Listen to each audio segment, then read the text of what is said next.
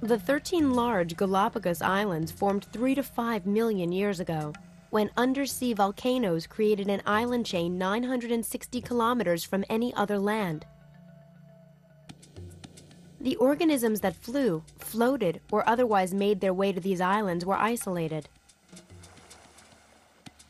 Over millions of years, these organisms adapted to their unique island environment differently than the species back on the mainland.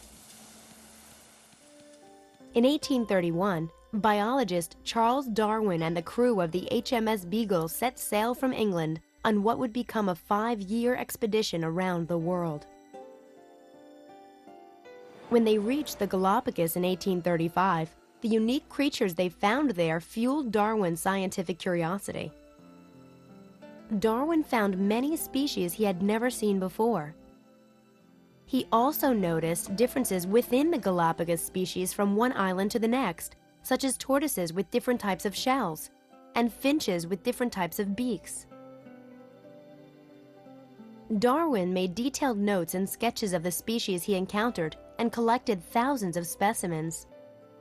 When he returned to England, he spent the next 20 years analyzing and interpreting his findings and doing further research in biology and geology. Finally, in 1859, he presented his groundbreaking hypothesis. In The Origin of Species by Means of Natural Selection, Darwin put forth a controversial argument for his day, that all species changed over time, or evolved. Darwin argued that species change over time and, as a result, become adapted to their environments. For example, the blue feet of this booby are an adaptation. Females are attracted to males with bright blue feet, so the males with this adaptation are more likely to reproduce and pass this trait on to their offspring.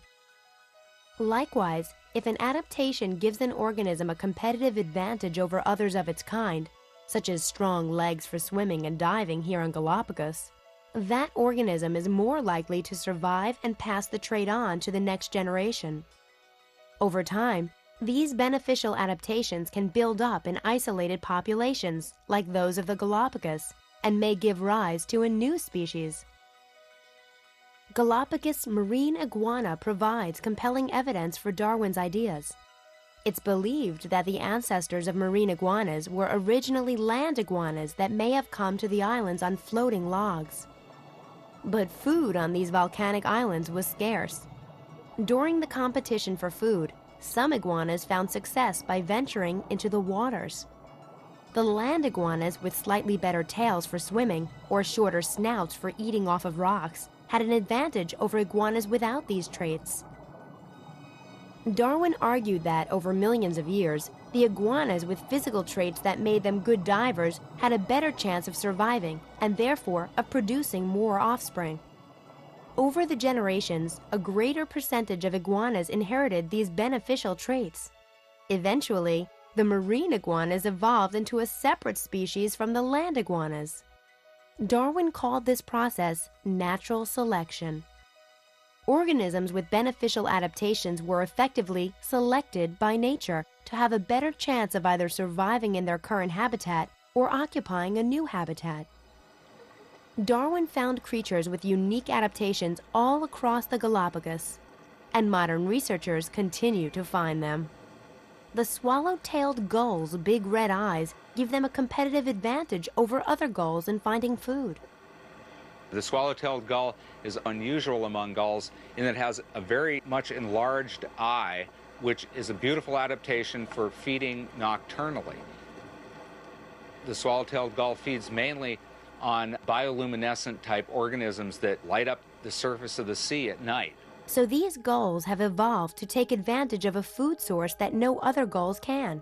These adaptations help to ensure their survival. There is a different species of finch on each Galapagos island.